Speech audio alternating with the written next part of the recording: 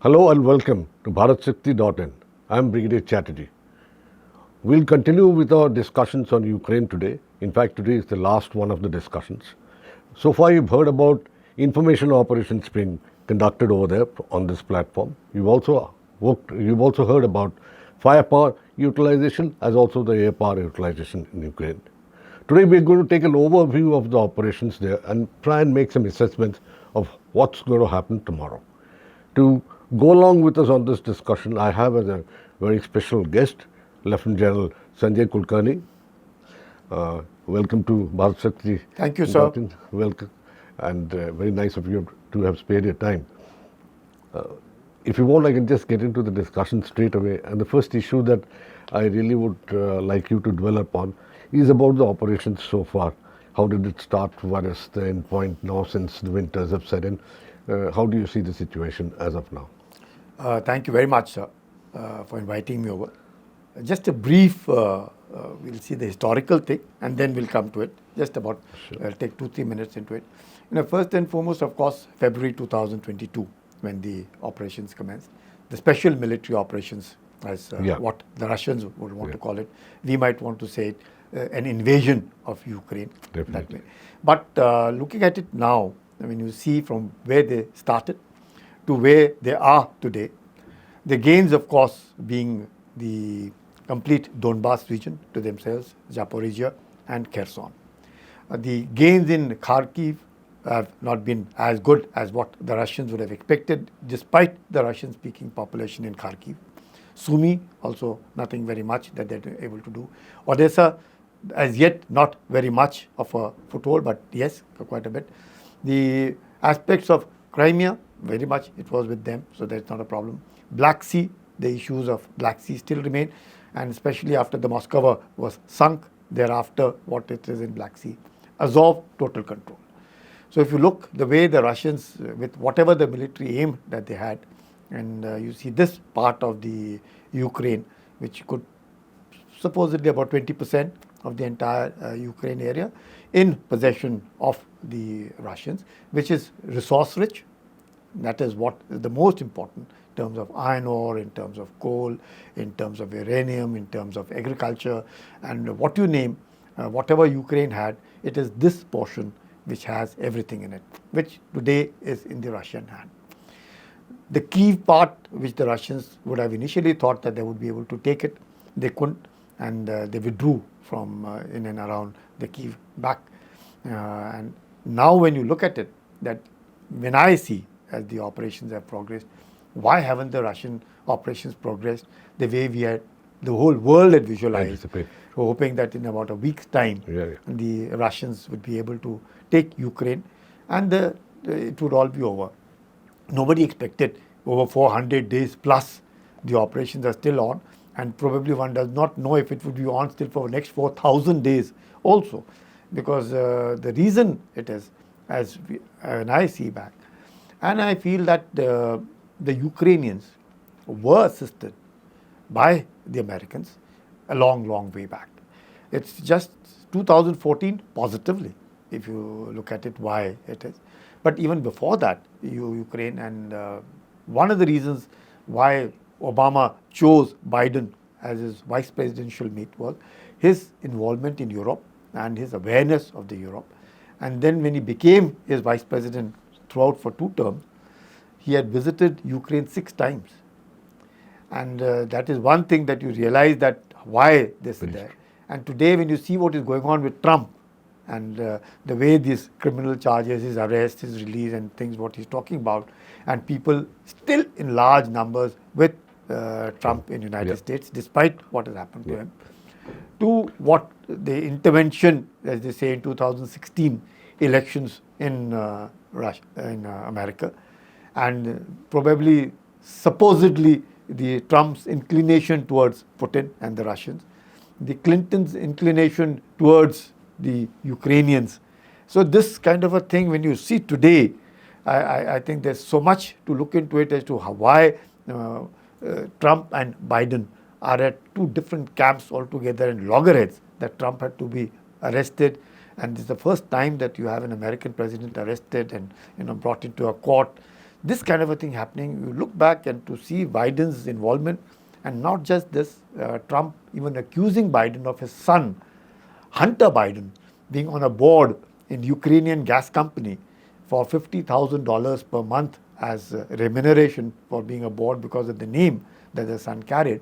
All these kind of, I would say, allegations and counter allegations, you see Ukraine is now no longer an internal problem. It is indeed an international problem.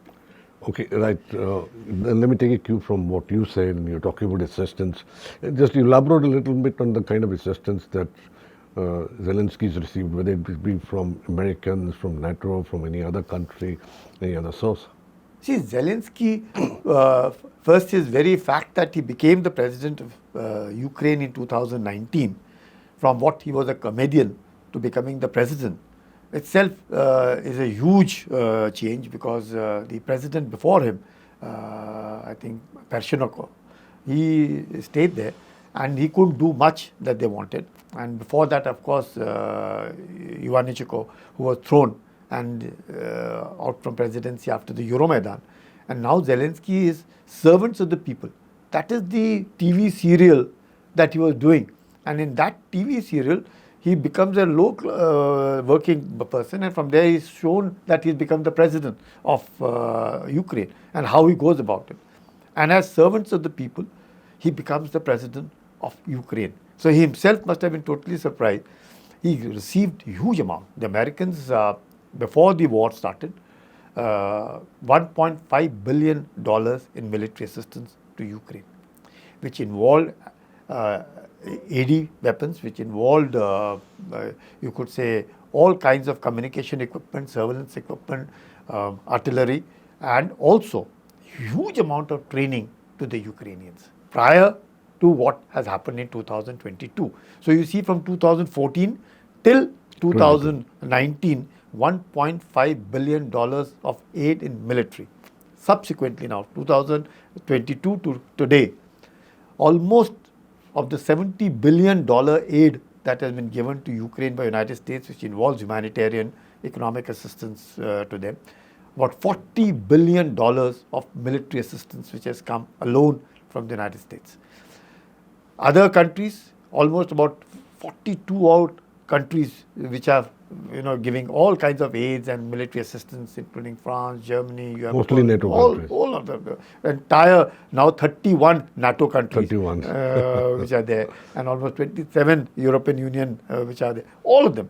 So, and you see the kind of military assistance aid which the Ukrainians have got, from bulletproof jackets to optics to night vision devices to weapons to, you name a thing of an infantry, they have it. You name artillery, they have howsers, they have artillery ammunitions, 155, 105, 122 mm, you have all HIMARS, this thing, you have javelins, you have stingers, all of it. You have the helicopters come from US, the aircrafts which are now coming to them from Slovakia. Ukraine is very well equipped to take on Russia, and Russia alone. One query on the same issue. Is there any definite information about, all these people have to be trained, the Ukrainians have to be trained. You can give them a 155 gun, or you can give them an aircraft, but you got to train them. Any definite information on where the training is being carried out in Ukraine, or let's say in the country providing the equipment, or both? Ukraine is being trained on this equipment for the last 7 years. Yes. 7 years. As part of the $1.5 billion aid, javelins is part of it. Then, so today if there are 7,500 javelins with them and maybe about 1,500 stingers with them and the Abrams with them, the Ukrainians have been fully trained. There is no question, despite the mercenaries. Like the Ukrainians call them, but the mercenaries who are still fighting, a lot of, you can find people from other nationalities fighting for the Ukrainians. Similarly, you have the Wagner group fighting for the Russians. But the Ukrainians themselves have been trained on, you cannot operate any equipment, especially a military equipment, and fighting the Russians. And the amount of sniper rifles that were given to them as a part of $1.5 billion, that is the reason why you find that the Russians lost almost 5 generals in the very first month of the special military operations. So you find that there is a lot. Ukrainians are demanding more because they are fully trained on surveillance, they're fully trained on reconnaissance, they're fully trained on drones, they're fully trained on howitzers, they're fully trained on HIMARS, they're fully trained on javelins, they're fully trained on stingers, they have excellent pilots for their helicopters, and Ukrainians themselves also are a defense industry. Like what yesterday or day before, I think Clinton made a statement that he regrets that he denuclearized Ukraine in 1994. He should not have done that. Let's go ahead a little bit. Let's talk about geopolitics. This war has led to a certain amount of polarization, certain amount of disassociation of in relationships. Now, especially like you say, China, Russia coming together, NATO getting tighter. So, what do you have to say about it? See, the Chinese standing with Russia today is a huge sea change. Much that the world has yet not got any 100% evidence of lethal weapons being supplied by China to Russia. But Russia probably of their own, they have the huge factories which are keeping them going. And at the same time, Iranian drones, the Shahid drones in any case are coming. You find a lot of equipment maybe clandestinely entering Russia because Russians are firing almost about 25,000 artillery rounds per day. If any country is firing 25,000 artillery rounds and Ukrainians are firing almost 5,000 to 7,000 artillery rounds per day, you can well imagine the kind of factories that must have been there to support such a huge this thing. So the supply chain is on. So the Russians maintaining such a thing and an operation which they thought would take 7 to 10 days has lasted 400 days.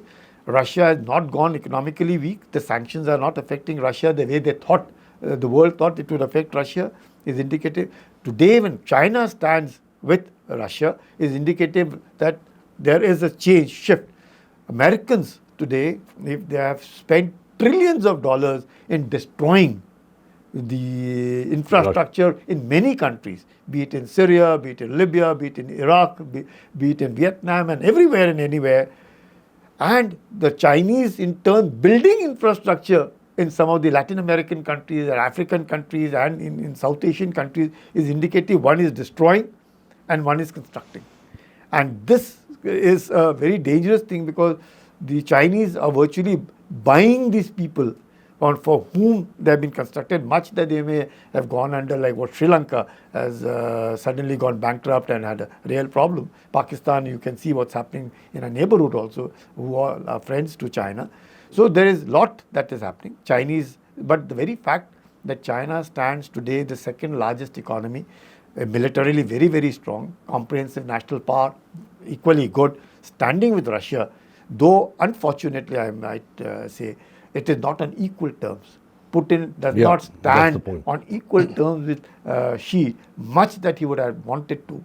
And therefore the Americans wanting to finish Russia first and then take on China may be a little difficult now, where the Russians have stood and for 400 days plus, and China stands with them, and Saudi Arabia and Iran, which the Americans could not patch up. They have patched up. So that's a real big change. So you have the world's three largest oil producing, top three are Saudi Arabia, America, Russia. So you have Russians and the Saudi Arabians getting close, Iranians, where the sanctions were there, the oil will start being pumped into. So you find China has taken care of its energy in full way because they have patched up with Iran. They have a $400 billion agreement with Iran. So oil is coming. Russian oil is being picked up by China, India, Turkey and the other countries. So Russians are being taken care of. The Iranians are being taken care of. The Saudis, because of their little indifference with the Americans, the oil is being taken care of. So I think it's a win-win situation for China. And we really need to be now watchful. That is what I'm going to ask you next. What has been the Indian response like, if you can make an assessment of that? If I see from this Ukrainian this thing, first, of course, the Atmanirbhar part that we talk about is very important for us because you have seen for ourselves what happens. Ukraine can have boots on ground of their own people. But if you're totally dependent on foreign countries to equip, you may not be able to hold on. And therefore, the very fact that you could hold on because they have their own factories, they have their own infrastructure, so militarily they are totally Atmanirbhar and that is how it is. The second part, as I see, that we must be good, we should have good friendly neighborhood, because the Russians did not have a friendly neighborhood. That is why the Russians have suffered. You can be Atmanirbhar, like the Russians were, but if you don't have a friendly neighborhood, it could be a problematic. So you really need to do two major things that I see as a takeaway from the Ukrainian this thing is that we need to be self-reliant, and we must also have a friendly neighborhood. We must also have deep pockets to be able to help our neighborhood to keep them with you. And we must also be able to keep China at bay with a good partnerships, alliances, whatever you might want to call it, with America, with Russia, with everybody, and see to it how we can resolve our dispute with China. We are all expecting another offensive, a Russian offensive in the summer. And we are mostly into the summer now, maybe a couple of months. Do you expect this thing to really materialize, a summer offensive by the Russians, or do you think they'll, by and large, a little bit of correction along the front lines at the whole now, and not a very major offensive really? No, I don't think so very much can happen, because Russians are not likely to give up what they're holding. Ceasefire initiatives being taken by China, or even the French president who is now in China, Macron over there, and wanting to look at it this way. But I don't think the Russians will give up the area of Ukraine that they've occupied. And there's no question of a ceasefire, because... Now, do you see another major Russian offensive? That's what was expected, that they came back to make their defenses more compact. They withdrew. And there is a lot of talk about further, I would say, induction of Russian weapons, equipment, etc. to the front line. See, the very fact that tactical nuclear weapons have moved into Belarus, that is one. There'll be more of missiles and heavy firing and shelling of Ukraine. But I don't think any ground offensive of the Russians can take on, because the Russians must have suffered a huge amount of casualties. And even if the 3 lakh of those young recruits and that drive that has taken place in Russia, they'll also take 6-7 months. They would now be in just about settling down for induction. And with about the kind of army strength that the Russians have, I don't visualize they would want to take a offensive, or rather they would much like to consolidate these 4 provinces. And if they can help take Kharkiv, Sumy and Odessa, I think that should be more than enough for Russia. So it appears that both sides have actually stretched themselves out quite pretty much, and not in a position to really go in for major offensives, let us say. You're absolutely right. Bakhmut is a classic example where they are virtually boxing. Yeah, but they're not really progressing. Absolutely. So that's the state of affairs. But in this situation, what is the possibility of a reconciliation? Has India got any role to play in that reconciliation? We've had a couple of things like the Chinese coming out with their 12-point agenda, 10-point or 12-point, I don't remember exactly. 12-point, you're right, sir, 12-point. But do you see any reconciliation taking place? See, India has excellent relations with Russia. India has a very good relations with even Zelensky. If our Prime Minister decides to talk to Zelensky or Putin, there is no problem at all. There was a talk that after he finishes with his Russian tour, he might be talking to Zelensky. He hasn't spoken to Zelensky. That means China itself is not on a very strong wicket to be able to get a ceasefire between Russia and Ukraine, knowing fully well that the countries backing Ukraine are so large in number, on whom China is dependent for trade, because all the trade is with the European Union, most of it where the money comes to them from. India has a role to play in the sense that India can prevail upon Russia, that they could well freeze, and if Zelensky accepts freezing meaning the 4 provinces gone, and wherever they are, would the European Union or the NATO accept this when they have invested so heavily into Ukraine? So Zelensky is a front which the Americans and the NATO or the European Union are using it against Russia to virtually bleed them out, to finish Russia, or at least finish Putin. And therefore Russia will not accept this, because Russia in itself would not want its identity to be finished by the Western powers. Russia is in a dilemma, whether it's European or it's Asian. So it wants that standing in the world, which the Americans wouldn't want to give it to Russia.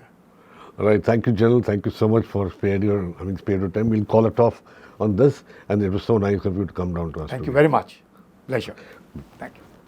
And thank you, viewers. Thanks for tuning into BharatShakti.in. Do tune in now and then, and you will find such interesting stories. Do like us, subscribe to our channel, and also let us know in case there are any issues that you would like us to discuss on Bharat Shakti. Thank you.